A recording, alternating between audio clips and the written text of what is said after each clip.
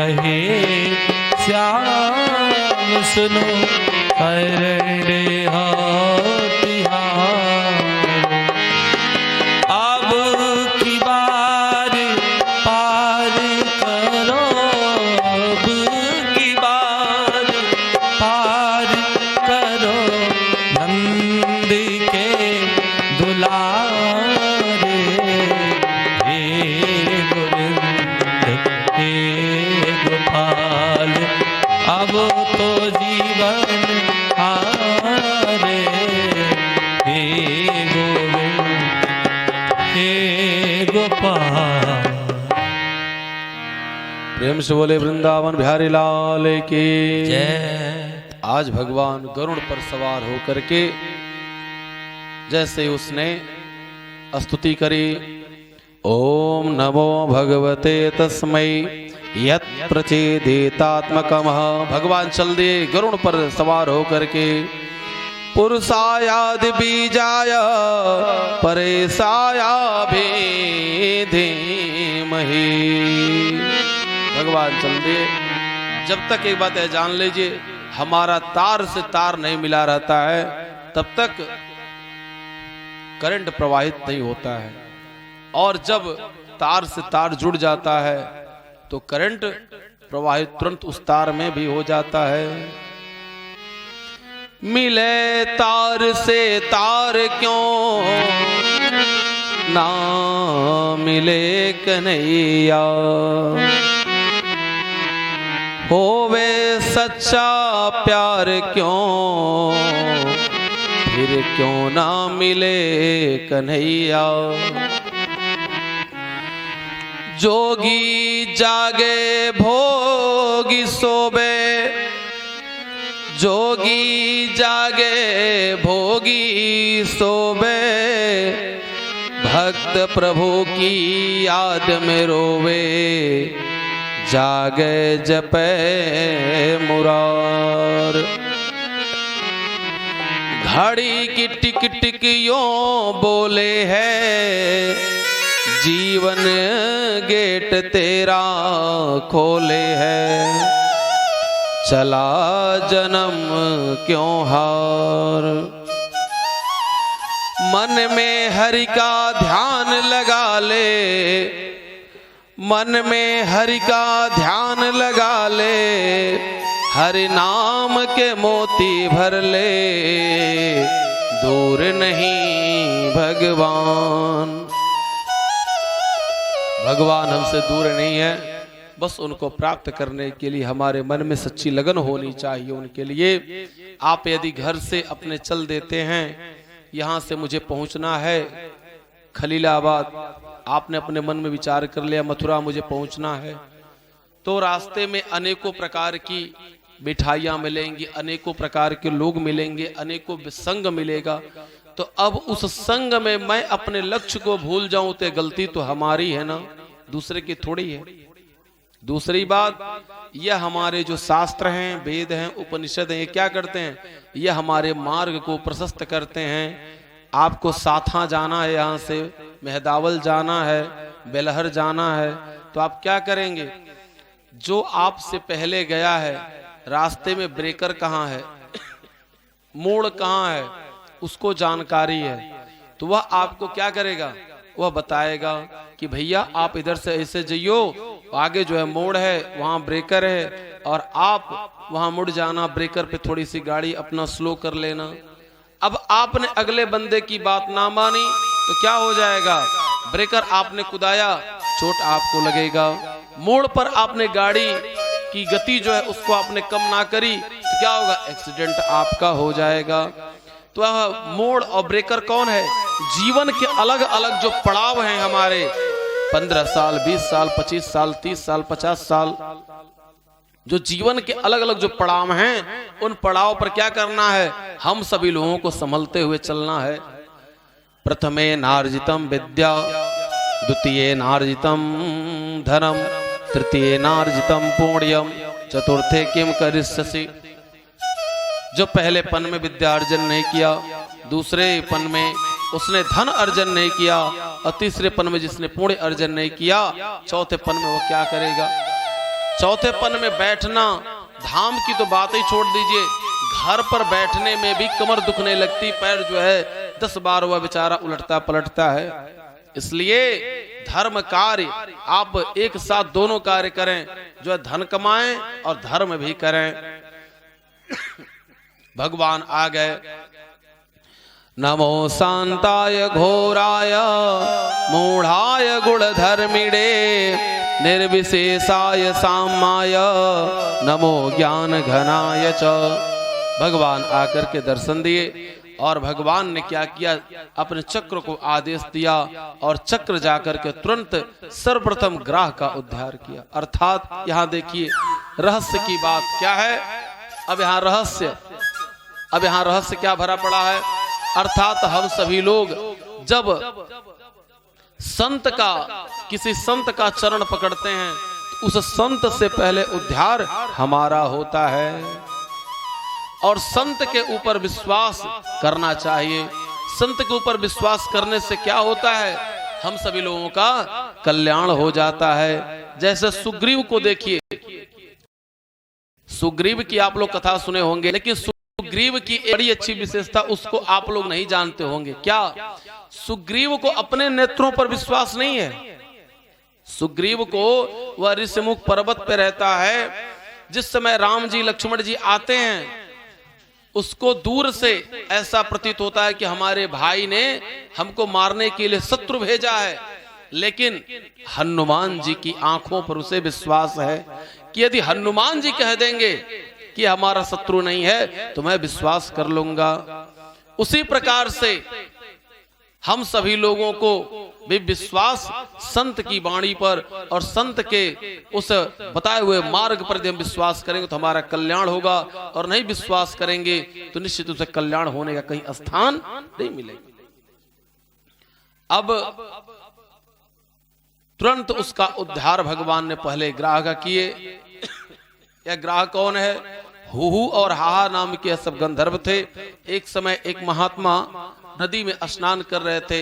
इनके पैर को पकड़ करके वह जल में, जैसे ही जल में उनके पैर को पकड़ा छुप करके, वह डर गए। उन्होंने तुरंत कहा कि जैसे तुम मुझे डरा रहे हो, मेरी पूजा करते समय तुमने भंग किया और जाओ तुम जली जीव बन जाओ। भगवान ने आज उसका उद्धार किया। इसके बाद जैसे इसने प्रार्थना करी, भगवान ने इसके सूंड को पकड़ करके बाहर निकाला। इसने कहा प्रभु मेरा उद्धार कर दिए। भगवान का स्पर्श तो उसके पास ज्ञान हो गया। देखिए भगवान को प्राप्त करने के लिए यह कोई जरूरी नहीं है कि उम्र की या बहुत पढ़ा लिखा होना चाहिए ना। भगवान को प्राप्त करने के लिए 5 वर्ष के ध्रुव जी, प्रहलाद जी, लोगों ने भगवान को प्राप्त किया। सिवरी मैया कोई पढ़ी लिखी नहीं थी, लेकिन उन्होंने प्राप्त किया। तुलसीदास जी तो थोड़ा बहुत पढ़े लिखे थे, नहीं कबीर दास जी कुछ भी पढ़े लिखे नहीं थे, उन्होंने भी भगवान को प्राप्त किया।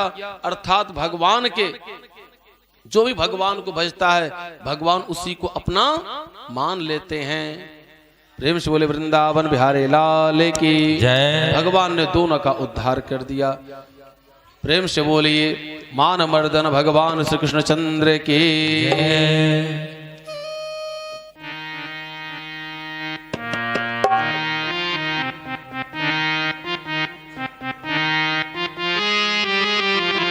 हम सभी लोगों को इस कथा के माध्यम से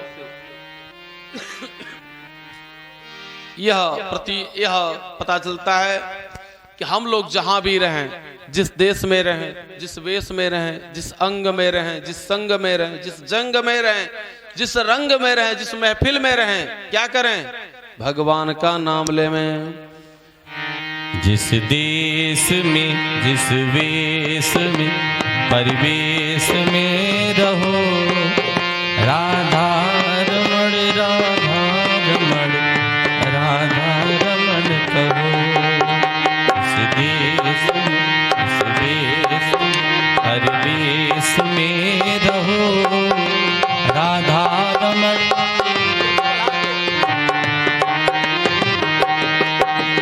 देश में, इस देश में, परिवेश में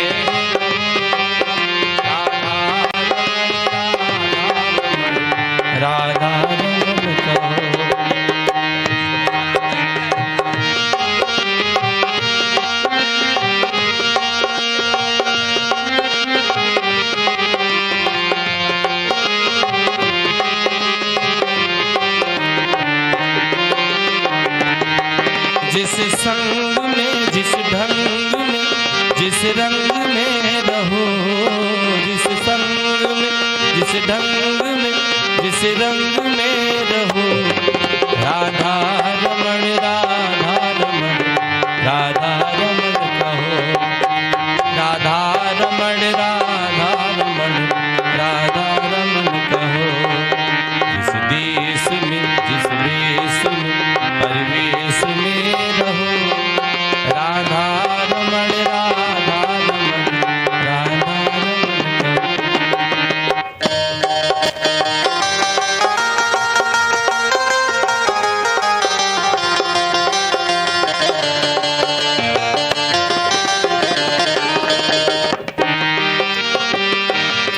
जिस भोग में जिस योग में जिस रोग में रहो, जिस भोग में जिस योग में जिस रोग में रहो, राधा रमण राधा रमण राधा रमण कहो, राधा रमण राधा रमण राधा रमण कहो। जिस देश में जिस वेश में परिवेश में रहो, राधा रमण राधा रमण राधा रमण कहो, राधा रमण राधा रमण राधा रमण कहो। जिस काम में जिस धाम में जिस गाँव में रहो, जिस गाँव में जिस धाम में रहो, राधा रमण राधा रमण राधा रमण कहो, राधा रमण राधा रमण राधा रमण कहो। जिस देश में जिस वेश में परिवेश में रहो, राधा रमण राधा रमण राधा रमण कहो, राधा रमण राधा रमण राधा रमण कहो। दुर्वासा ऋषि का इंद्र, या दुर्वास सापात श्रेन्द्रालोकाश्रयो नृपः, नेश्रे काश्चाम्भवस्तनेषु ऋज्यादयः क्रिया। श्री सुखदेव जी कहते हैं, परीक्षित पंचम मनु रैवत हुए, उनके बलि विंध्याज पुत्र हुए, विभु नाम का इंद्र, हिरण्य रोमा आदि ऋषि सप्त ऋषि थे। उसमें शुभ्र की पत्नी बैकुंठा से भगवान ने अवतार लेकर बैकुंठ का निर्माण किया था। अविक्रियम सत्यम अनंतमाद्यम गुह्यसयम निष्कलम प्रत्यर्क्यम मनोग्रेयानं वचसा निरुक्तं नमामहे देववरं वरेण्यम। यह उस समय की बात है जिस समय देवासुर संग्राम हुआ था। किसके लिए? समुद्र मंथन की कथा। मनोग्रयान वचसां तिरक्रकं नमामहे देववरेण्यम। एक समय की बात, भगवान भोलेनाथ ने बृहस्पति जी से और शुक्राचार्य जी से कहा कि आप देवता के गुरु हैं, आप दैत्य के गुरु हैं, और मैं मृत संजीवनी विद्या बता देता हूं। जो भी तपस्या करके इस मृत संजीवनी को लेना चाहे वो ले सकता है। और उससे क्या होता है कि लोग जी जाते हैं। महामृत्युंजय मंत्र भी कल्याणप्रद है। महामृत्युंजय मंत्र में भी उसमें अलग अलग प्रकार के, एक जो वशिष्ठ कल्पोक्त महामृत्युंजय मंत्र है उसमें 14 बार ओम का जो है उसमें उच्चारण किया गया है। ओम त्र्यंबकम यजामहे सुगंधिम पुष्टिवर्धनम उर्वारुकमिव बंधनान् मृत्योर्मुक्षयमामृतात्। ओम ह्रौं ओम जुं क्षः ओम भूर्भुवः स्वः ओम त्र्यंबकम यजामहे सुगंधिम पुष्टिवर्धनम उर्वारुक में बंधनान मृत्युर्मोक्षे मामृतात् भूर्भुवः स्वरोम जुं सहरों ओम ओम त्र्यंबकम जजामहे सुगंधिम पतिवेदनम उर्वारुक में बंधनादितो मोक्षे मामुतः। उर्वा का तात्पर्य होता है ककड़ी। उर्वा का मतलब होता है संस्कृत में ककड़ी। जिस प्रकार से ककड़ी जब पूरी तरह से पक जाती है, नाल को छुड़ाना नहीं पड़ता, जो नाल लगा रहता है वह नाल अपने आप ही छोड़ देता है। उसी प्रकार से प्रार्थना का तात्पर्य है महामृत्युंजय का, हे नाथ, इस संसार के सभी जितने भी हमारी कामनाएं हैं, उन कामनाओं को, उन इच्छाओं को मैं भोग करके और स्वतः मैं छोड़ दूं, छुड़ाने की किसी की जरूरत ना पड़े। जैसे देखिए, और छूटेगी कब? जब आपकी भक्ति पुष्ट होगी। नित्य मैं इस पर एक बार जरूर इस बात कहता हूं, भक्ति पुष्ट की बात। देखिए, भक्ति यदि पुष्ट नहीं है ना, तो हमारा मन इस संसार में लगा रहेगा। जैसे कच्चा नारियल और सूखा नारियल आप लोग देखे होंगे। कच्चा नारियल जो होता है, जलदार नारियल, जब आप उसे तोड़ते हैं तो उसको निकालने के लिए अनेकों बार अनेकों तरह से प्रयास करना पड़ता है। और जो सूखा नारियल होता है, जो सूख जाता है पूरी तरह से, उसे जैसे ही आप फोड़ते हैं वह तुरंत अपने आप ही निकल जाता है। वह क्या है? वह पहले से उसको छोड़ा रहता है, उसको छुड़ाने की जबरदस्ती नहीं होती है। उसी प्रकार से हम सभी संसार में रहते हुए हम सब लोग कच्चे नारियल की तरह से ना रहें, हम लोग पके हुए नारियल गरी की गोले की तरह से रहें। भक्ति हमारी पुष्ट होगी तो हम क्या हो जाएंगे? इस संसार को स्वतः जो है अपने आप ही छोड़ देंगे, छुड़ाने की जरूरत ना पड़ेगी। अब यह मृत संजीवनी विद्या को सीखे। मृत संजीवनी जिसे लघु मृत्युंजय भी कहते हैं। ओम जूं सह मम पालय पालय सह जूं ओम। इससे अनेकों लोगों का कल्याण हुआ है। जो आपके क्षेत्र के डॉक्टर इसी रमुआपुर सरकारी के श्री नरेंद्र मोहन सरकारी जी, जिनके पुत्र हैं अनुज सरकारी, उनकी बहन है माधुरी सरकारी। इनके वहां प्रत्येक वर्ष साल में 4 बार 5 बार अनुष्ठान कराया जाता है। इसी मंत्र के द्वारा, जो गोरखपुर में गैस्ट्रो के सबसे बड़े डॉक्टर हैं, इस मंत्र के द्वारा, अब तो डॉक्टर साहब रहे नहीं, डॉक्टर साहब बड़े अच्छे विद्वान थे और मेडिकल कॉलेज के प्रधानाचार्य होकर के रिटायर हुए थे। बहुत अच्छे विद्वान। वह इस मंत्र पर, वह अनेकों बार इस मंत्र के द्वारा जाप उन्होंने करवाया। धन्य हुआ डॉक्टर साहब नरेंद्र मोहन जी, जिन्होंने अपने गांव का नाम ही अपने नाम के साथ जोड़ दिया। अपने गांव का नाम ही। हमने पूछा कि डॉक्टर साहब आप तो श्रीवास्तव हैं, तो आप श्रीवास्तव नहीं लगाते, आप यह क्यों लगाते हैं? उन्होंने कहा गुरुजी, नाम जो है गांव का नाम मैंने दे दिया। तो आज जो है उनके जो हैं माधुरी सरकारी, अमृता सरकारी जो उनकी पत्नी हैं। अब यह डॉक्टर साहब इस पर कई बार उन्होंने पूजा करवाया, जिससे कल्याण हुआ और इसका प्रयोग अनेकों जगह किया गया। एक ऐसे व्यक्ति आए जिनके शरीर में 3 जगह कैंसर था, दिमाग में, दिल में, पट्टे पर। और इसी मृत संजीवनी मंत्र के द्वारा जो टाटा मेमोरियल से दवाई चल रही थी उस बच्चे की, वह डॉक्टर कहा कि बच्चा जिएगा नहीं। हमने कहा एक बार कुंडली दिखा दीजिए। एक बार, उस समय शास्त्री कर रहे थे, वो हमारी मातृभूमि के थे। हमने कहा एक बार जरा सा कुंडली दिखा दीजिए। कुंडली देखे, हमने कहा अभी जो है उम्र है, और आप जैसा उम्र ही जिसकी नहीं रहेगी तो वहां क्या किया जाएगा? हमने कहा कुंडली दिखाइए, बेशक कैंसर लेके जी जाएगा। और प्रभु की कृपा ऐसी हुई कि यह मंत्र का जाप जैसे हुआ तुरंत वह ठीक हो गया। वहां का टाटा मेमोरियल का डॉक्टर बधाई दिया। उसने कहा कि मैं थर्ड पावर मानता था, लेकिन नहीं, इतना डीपली नहीं मानता था पंडित जी। और उसने बधाई दिया। और वह जब भी मुंबई जाते हैं कार्यक्रम करने, तो वह डॉक्टर एक बार जरूर फोन करता है कि गुरुजी हमसे मिलकर ही जाइएगा। तो यह जान लीजिए कि आप इस वेदों में, इस मंत्रों में, शास्त्रों में सारी चीजें भरी पड़ी हैं, लेकिन उसको सही तरीके से उसका प्रयोग किया जाए। हमको प्रयोग करने ना आवे और हम कह दें मंत्र ही गलत है, तो वह गलती हमारी हो जाएगी।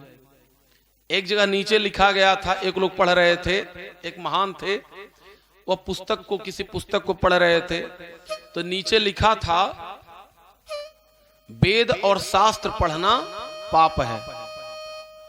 वेद और शास्त्र पढ़ना पाप है। वह उस पन्ने की अंतिम लाइन में लिखी गई थी। अब उन्होंने प्रमाण बना लिया और लेकर के दौड़ने लगे सबके पास, देखो देखो ये सब जो पंडित जी हैं, ऋषि महात्मा है, सब क्या झूठ में कहते हैं, और देखो लिखा गया है कि वेद और शास्त्र पढ़ना पाप है।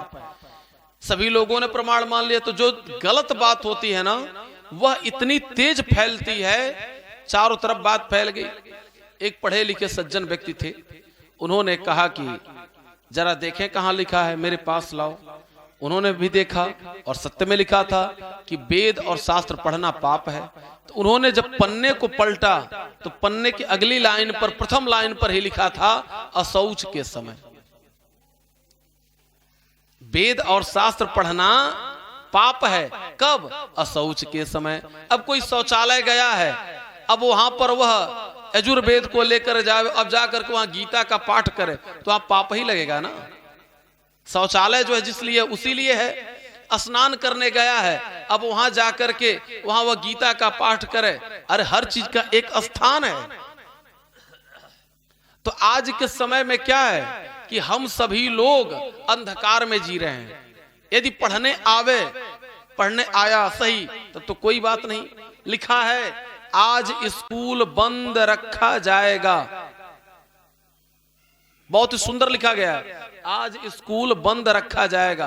अब बच्चे को पढ़ने नहीं आया, अब वो जाकर कह दिया घर पर कि लिखा गया था कि आज स्कूल बंद रखा जाएगा। मात्र जो एक ही अक्षर का फर्क हो गया, एक अक्षर का फर्क। तो उसी प्रकार से हम सभी लोग जो है थोड़ा सा भी, यदि जरा सा भी गलती है, मंत्र जो होते हैं यह आपको लाभ, इतना लाभ देते हैं, इतना लाभ देते हैं कि इस लाभ का कोई कहीं प्रमाण ही नहीं है। जितना लाभ आप इससे लेना चाह ले सकते हैं। अब उन्होंने सिद्ध किया, प्राप्त किया शुक्राचार्य जी, बृहस्पति जी ने नहीं प्राप्त किया। देवासुर संग्राम हुआ। देवासुर संग्राम में देवता पराजित हुए और दैत्य जो है वह जीत गए। सभी लोग ब्रह्मा जी के पास गए, ब्रह्मा जी भगवान के पास गए, भगवान ने सारी योजना बनाई। दोनों लोग मैत्री संबंध करके समुद्र मंथन का आयोजन किया। समुद्र मंथन के आयोजन में मंदराचल पर्वत को वह मथानी बनाई गई और वासुकी नाग को रई बनाई गई। इसके बाद समुद्र मंथन के लिए वासुकी नाग के आगे सभी दैत्य हुए और पूंछ के तरफ सभी देवता हुए। अपने वह कूटनीति चाल से लोगों ने ऐसा किया, क्योंकि इनके पास कोई ऐसा ज्ञान था नहीं, और उनके पास ज्ञान था। वो लोग जान रहे थे कि शुक्राचार्य जी जीवित कर देंगे और इधर कोई जिला नहीं पाएगा। भगवान कच्छप अवतार लेकर के अपने पीठ पर धारण किए मंदराचल पर्वत को। प्रेम से बोलिए कच्छप भगवान की जय। देव देव महादेव भूतात्मन भूत भावन त्राहिना शरणापन्नाम त्रैलोक्य दना दुषात्। भगवान ने धारण किया। अब जब समुद्र मंथन आरंभ हुआ, समुद्र मंथन आरंभ होने में सर्वप्रथम कालकूट विष निकला। अब वह कालकूट विष तीनों लोगों को दग्ध कर डालने में उद्यत था। सभी लोग कहे कि अब क्या किया जाए। सभी लोग भगवान भोलेनाथ के पास गए, क्योंकि भगवान भोलेनाथ ही एक ऐसे हैं जो इस विष को वह ले सकते हैं, ग्रहण कर सकते हैं, और कोई सामर्थ्यवान नहीं है। सभी लोग जाकर के भगवान भोलेनाथ की प्रार्थना करी। नमामि समीशान निर्वाण रूपम, नमामि समीशान निर्वाण रूपम, विभुं व्यापकं ब्रह्म वेद स्वरूपम। नमामि समीशान निर्वाण रूपम, विभुं व्यापकं ब्रह्म वेद स्वरूपम। निजं निर्गुणं निर्विकल्पं निरीहं, निजं निर्गुणं निर्विकल्पं निरीहं, चिदाकाशवासं भजेऽहं। निराकार ओंकार मूलं तुरीयं, गिरा ज्ञान गोतीर्थ मीशं गिरीशं। करालं महाकाल कालं कृपालं, गुणागार संसार पारं नतोऽहम्। तुषाराद्रिसङ्काश गौरं गम्भीरं, मनोभूतिकोटि प्रभाश्री शरीरम्। असुरन्दोलकल्लोलनिचरगङ्गा, लसत् बाल बाल कंठे भुजंगा। चलत कुंडलं भ्रो सुनेत्रं विशालं, प्रसन्नाननं नीलकण्ठं दयालं। मृगाधीशरं मां परं मुण्डमालं, प्रियं शङ्करं सर्वनाथं भजामि। प्रचंडं प्रकृष्टं प्रगल्भं परेशं खंडं अजं भानुकोटि प्रकाशं। त्रयः सोल निर्मूलनं सोलपाणि भजेऽहं, भवानीपति भावगम्य। कलातीत कल्याण कल्पांतकारी, सदा सज्जदानंद दाता पुरारी। चिदानंद संदोह मोहापहारी, प्रसीदा प्रसीदा प्रभो मन्मथारी। नया दो माना वानरवृंदं, भजन्ते लोके हरे वानराण। न तावत् सुखं सन्ति संतापनाशं, प्रसीदा प्रभो सर्वभूतादिवासम्। न जानामि योगं जय हो। जपं नैव पूजा, तपोहं सदा सर्वदा संभुतुभ्यं। जरा जन्म दुःखौ घतातप्यमानौ, प्रभो पाहि आपन् नमामि शम्भो। प्रभो पाहि आपन् नमामि शम्भो।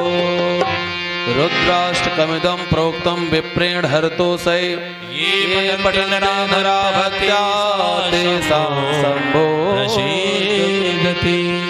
प्रेम से बोले भोलेनाथ भगवान की जय। भगवान भोलेनाथ की सभी लोगों ने स्तुति करी। भगवान भोलेनाथ स्तुति से प्रसन्न होकर के आए और उस कालकूट विष को उन्होंने धारण किया अपने कंठ में। हृदय में क्यों नहीं उतारा उन्होंने? इसलिए कि हृदय में भगवान राम जी रहते हैं, इसलिए उन्होंने सोचा कि हृदय में भगवान को, जहां हमारे हैं भगवान रहें, वहां इस विष को रहने की जरूरत नहीं है। उन्होंने कंठ में ही जैसे उतारा, कंठ में रोक लिया और कंठ उनका उस विष के कारण उनका नीला हो गया, जिससे भगवान का नाम नीलकंठ हुआ।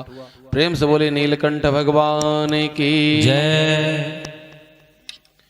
भगवान यहाँ इस विष पान करने से एक बहुत सुंदर उपदेश दे रहे हैं।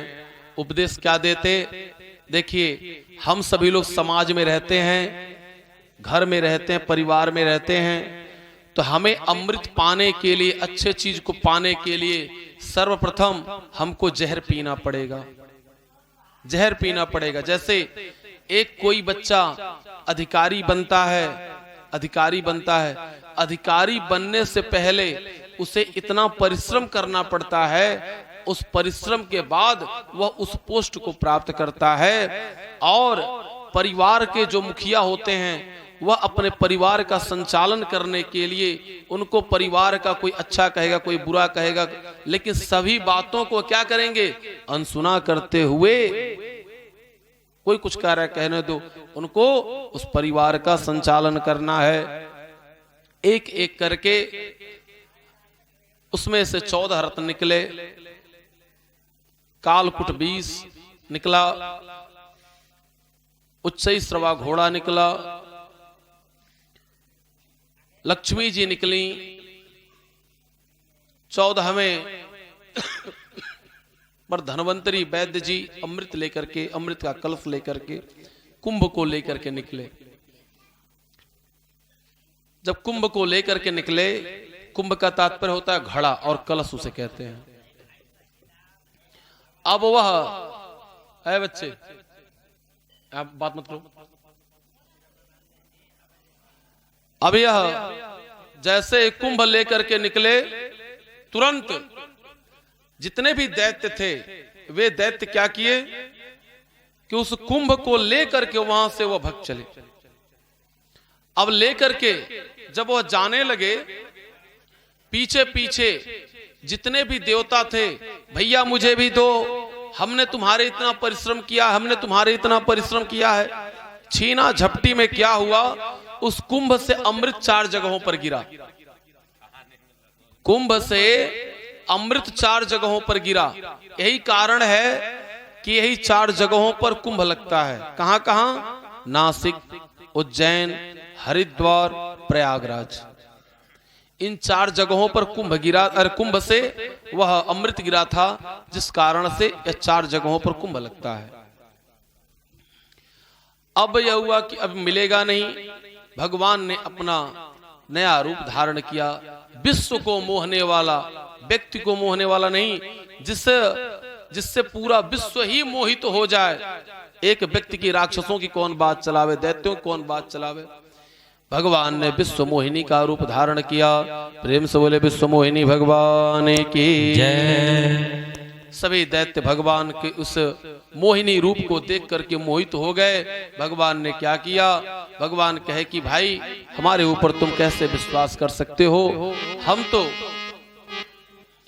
हमें बिना हमारे बारे में जाने मैं कौन हूं, कहां से हूं, लेकिन जो रूप सुधा को पीना चाहता है, जो रूप सुधा को पीने में आतुर है, वह कुंभ सुधा को पीना उसने त्याग दिया और वह ला करके विश्वमोहिनी भगवान को दे दिया।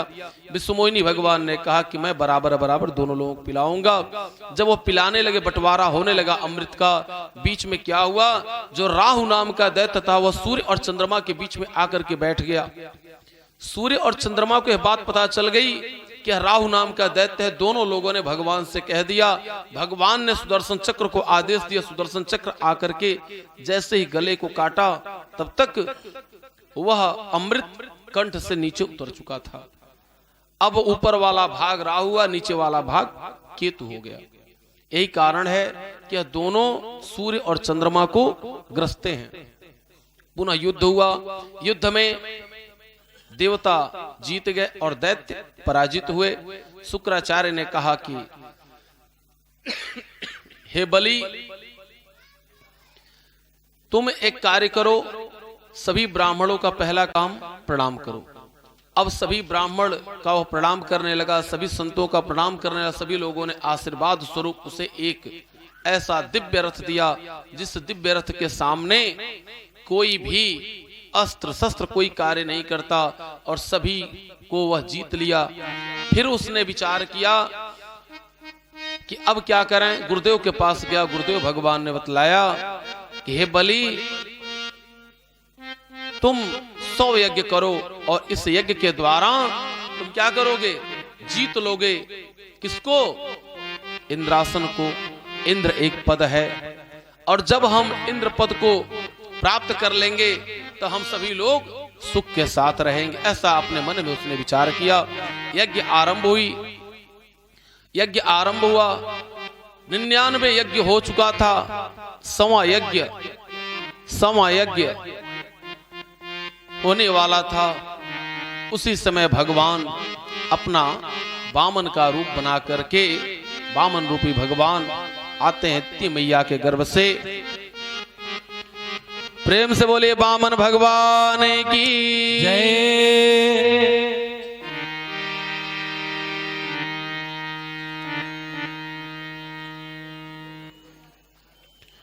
पराजित श्रेयसोभेश्चहापितो इंद्रेण। वामन भगवान का दर्शन करें। तेरे द्वार खड़ा भगवान, वैसे लाइए वामन भगवान को दर्शन दे झूली। तेरे द्वार खड़ा भगवान, भर दे झूली। भगत भर दे झूली। तेरा होगा बड़ा झूली। भगत भर तेरे द्वार खड़ा भगवान, भगत भर। वहां खड़ा कर लीजिए।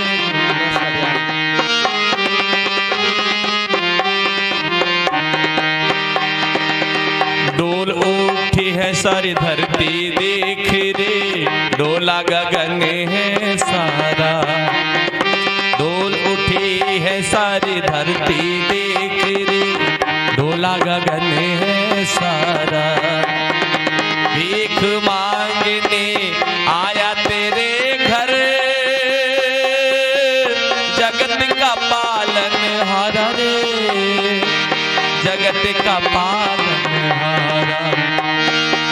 ओ मैं आज तेरा मेहमान, तू कर ले मुझसे जरा पहचान। भगत भर दे झूली। भगत भर दे झूली। तेरा होगा बड़ा एहसान, कि जुग जुग तेरी रहेगी सान। भगत भर दे झूली। तेरे द्वार खड़ा भगवान, भगत भर दे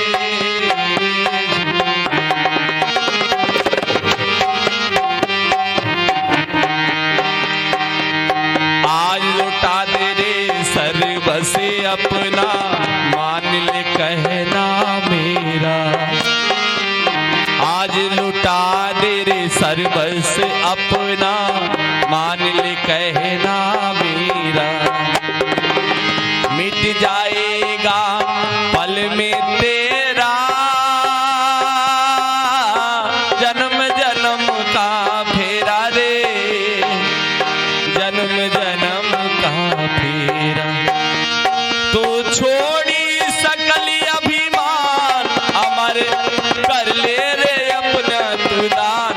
भगत भर दे झूली। तेरे द्वार खड़ा भगवान, भगत भर दे। भगत भर दे। हरि वामन का रूप बनाए, बलि राजा छल में आए। हरि वामन का वेश बनाए, बलि राजा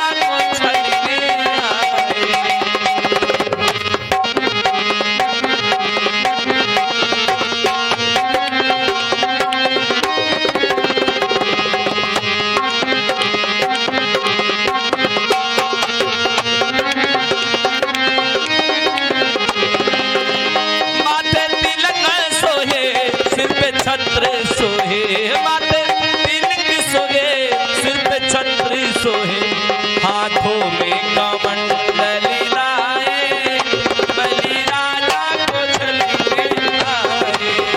हरि वामन का वेश बनाए, बलि राजा को छलने आए।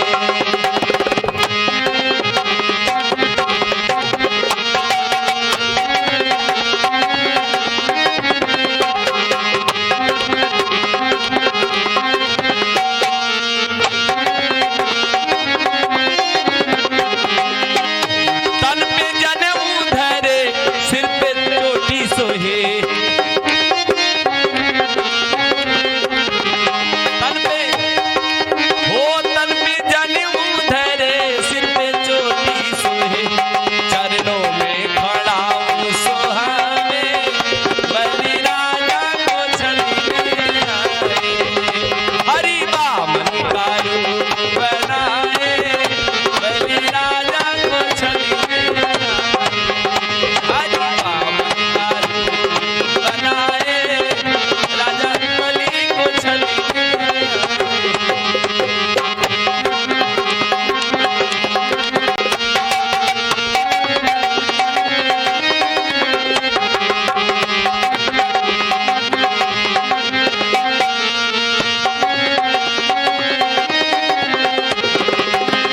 माथे तिलक सोहे, सिर पे छत्र सोहे, माथे तिलक सोहे, सत छत्र सोहे, हाथों में कमंडल लाए, हाथों में कमंडल लाए, बलि राजा को छलने आए। हरि वामन का रूप बनाए, बलि राजा को छलने आए।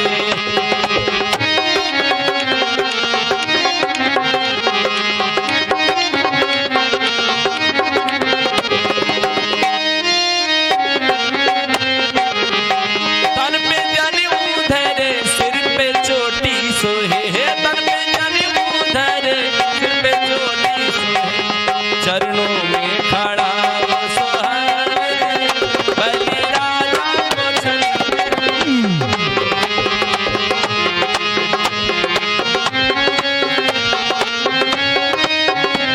बलि राजा को छलने आए, बलि राजा को छलने आए, ओ बलि राजा को छलने।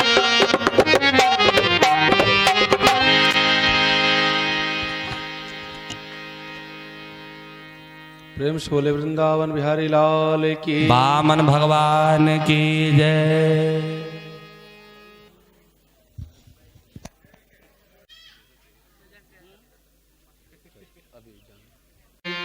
ददामि स्वपदं तस्मै देवानामपि दुर्लभम् मन्त्रस्त्रन्तच्छिद्रं देशकालारवस्तुतः सर्वं करोति निश्छिद्रं नाम संकतनं तव। भगवान वामन रूप धारण करके राजा बलि से पृथ्वी को लिया। 3 पग में भगवान ने तीनों लोकों को मांग लिया।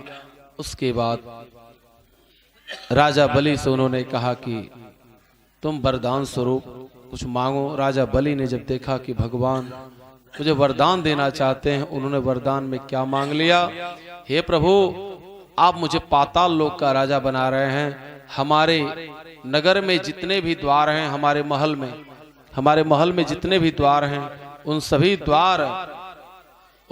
द्वार से जिस भी द्वार से मैं निकलूं, उन सभी द्वार से आपका दर्शन होवे। समय व्यतीत होता गया। माता लक्ष्मी चिंतातुर थी बैकुंठ में। उनको ज्ञान हुआ कि जब राजा बलि के वहां बांधे गए हैं, वह आई और राजा बलि को भाई बना करके रक्षाबंधन उन्होंने बांधा। उसी समय से मंत्र चलता है, एन बद्धो बलि राजा दानवेंद्रो महाबलः तेन त्वां प्रतिबध्नामि रक्ष माचल माचलः। एन माने जैसे। जिस प्रकार से राजा बलि को लक्ष्मी जी ने मंत्र के द्वारा यह बांधा था और उनकी रक्षा राजा बलि ने करी, उसी प्रकार से भगवान सबकी रक्षा करें। राजा बलि कि वहां से भगवान को लेकर के माता लक्ष्मी आई। इसके बाद आती है कथा आगे 9वें स्कंध में मनुवंश के वर्णन की। इसके पहले भगवान मत्स्य अवतार लेकर के सत्यकेतु नाम के राजा का सारा उन्होंने सब ज्ञान दिया है। इक्ष्वाक नृग सरयात दिष्ट धिष्ट करु सकान नरिष्यन्तं पृकद्रा च नभगं च कविं विभो अप्रजस्य मनो पूर्वं वसिष्ठो भगवान् किल एकदा गिरिशं दृष्ट्वा मृगयस्तत्र सोव्रताम्। एक समय की बात, श्री मनुवंश में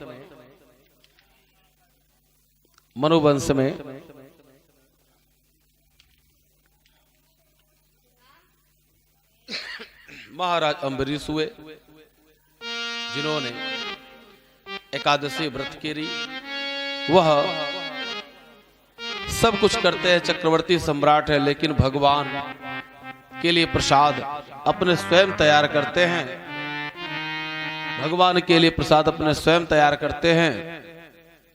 अब इसके बाद श्री नारायण जी उन्होंने क्या किया, एक चक्र दे दिया, अपना चक्र।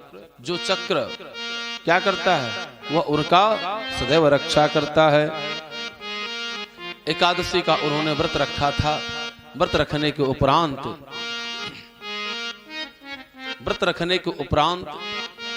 श्री दुर्वासा जी आए और दुर्वासा जी ने इनकी परीक्षा ली।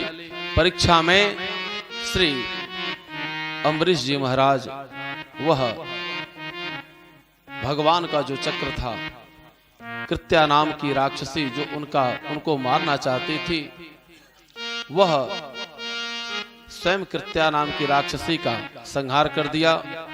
और इसके बाद श्री अम्बरीश जी महाराज ने बतलाया, यहाँ पर उन्होंने उपदेश दिया कि प्रभु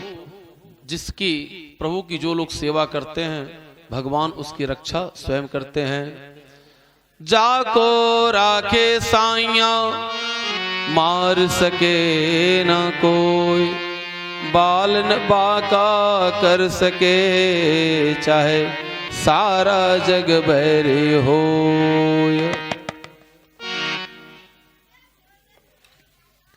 भगवान की कृपा,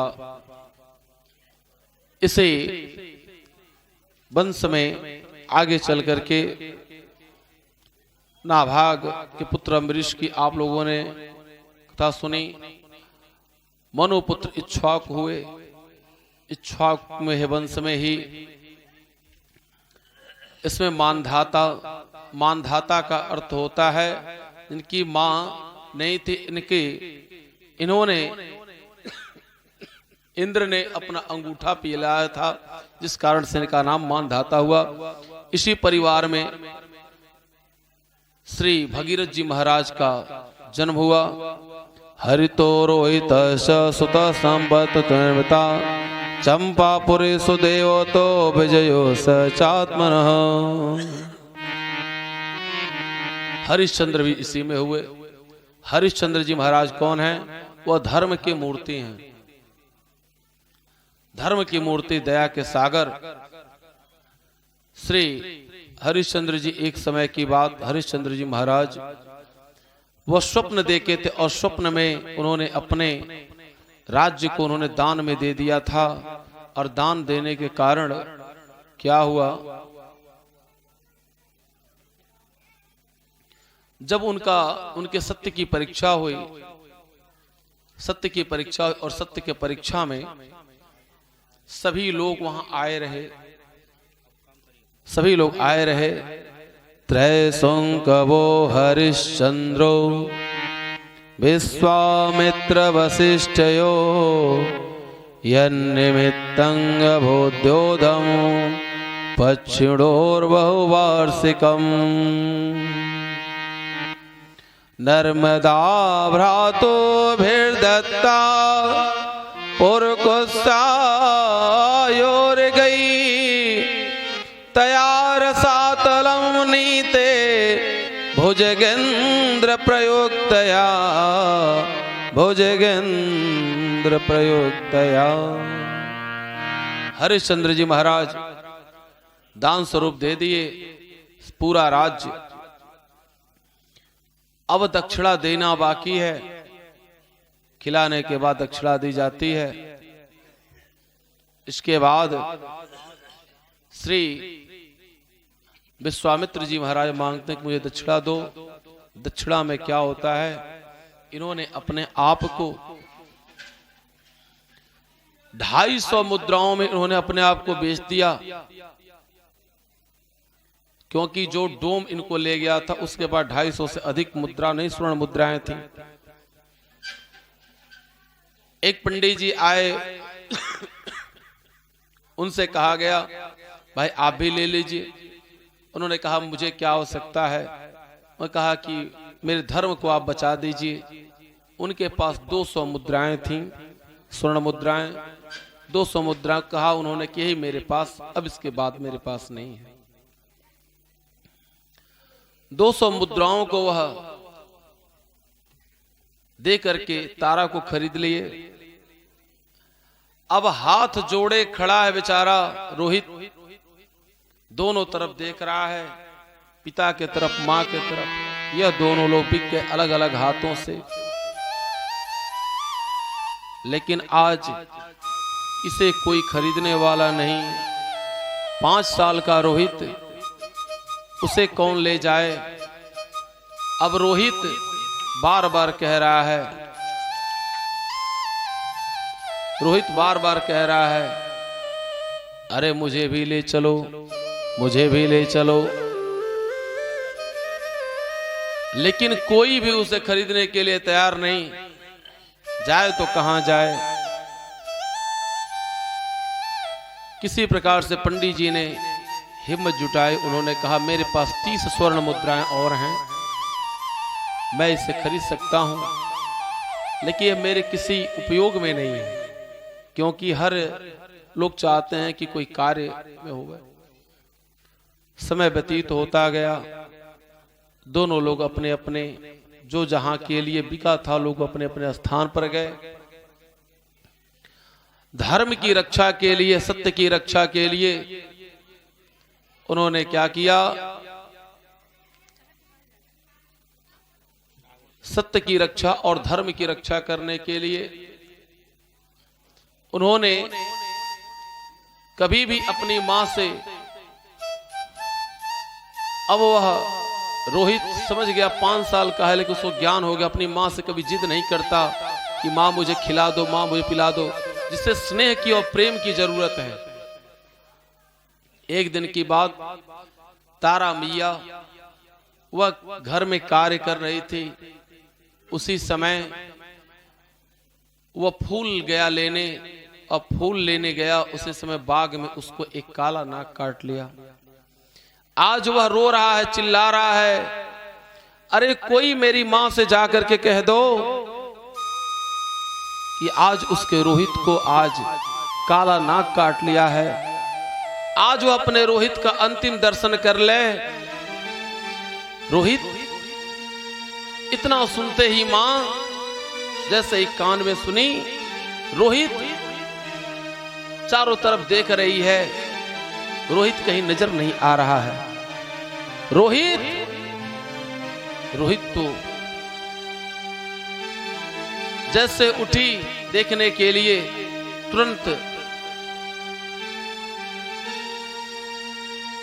जो उनकी पत्नी थी उसने कहा, काम का बहाना, काम न करना पड़े, एक बहाना अपने बच्चे का बहाना करके तुम जा रही हो। उसने मन में विचार किया, यदि मैं जाऊंगी तो मेरे पति की धर्म की कहीं ऐसा ना हो कि जो धर्म की रक्षा करने के लिए हम लोग अपने आप को बेच दिए, कहीं उनके हमारे पति के धर्म की रक्षा पर कहीं आंच ना आ जावे। अब वो कहते हैं, अरे मेरी मां से जाकर कोई कह दो एक बार मेरी मां आ जावे। मेरी मां से जाकर कोई तो कह दो, अरे कोई तो सुन ले मेरी बात। आज तारा मैया से जाकर कह दो, लेकिन कोई भी कहने वाला नहीं। चीखते चिल्लाते रोहित शरीर का परित्याग कर दिया। जल्दी से कार्य को निपटा करके तारा मैया भागे भागे दौड़ी दौड़ी खोजते हुए रोहित को आई बाग में। और वहां पर वह क्या देख रहे हैं उस बागीचे में कि रोहित मेरा मरा पड़ा है। जब वह रोहित को लेकर के